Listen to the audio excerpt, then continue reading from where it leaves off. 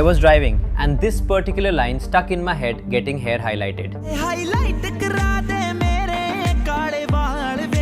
And that led me to a thought. It's such a popular fashion statement today, but what actually happens to your hair and what can go wrong in this process? So let's first understand what bleaching actually does. Bleaching doesn't add color to your hair. It removes what nature gave you. Inside every hair strand, there is a natural pigment called melanin. Bleaching uses strong chemicals to break this pigment and wash it out. That's how dark hair becomes light. But what most people don't realize is what happens in the process. To remove that pigment, bleaching has to force open the protective layer of the hair. And once that layer is opened, the hair starts losing moisture, strength and protection. As a doctor, this is where my concern begins. Now let's talk about highlighting, because this is where people get confused. Highlighting almost always comes after bleaching. First, selected strands are bleached, then color is applied to get the shade you want. So one strand of hair goes through two chemical attacks, not one. And I've seen patients sit in front of me saying, "Doctor, my hair never felt the same after highlight." That's not a coincidence. After bleaching and highlighting, hair often becomes dry and lifeless, weak and prone to breakage, frizzy, rough and difficult to manage. But as a hair transplant surgeon, my worry goes deeper than damaged strands. I worry about the scalp, because hair doesn't grow from the strands. It grows from the roots beneath your scalp. And when harsh chemicals irritate the scalp, it can disturb the hair growth cycle. But I really want to put light on an important issue, that bleach strips natural oils and damages protein bonds, creates holes in the hair cortex.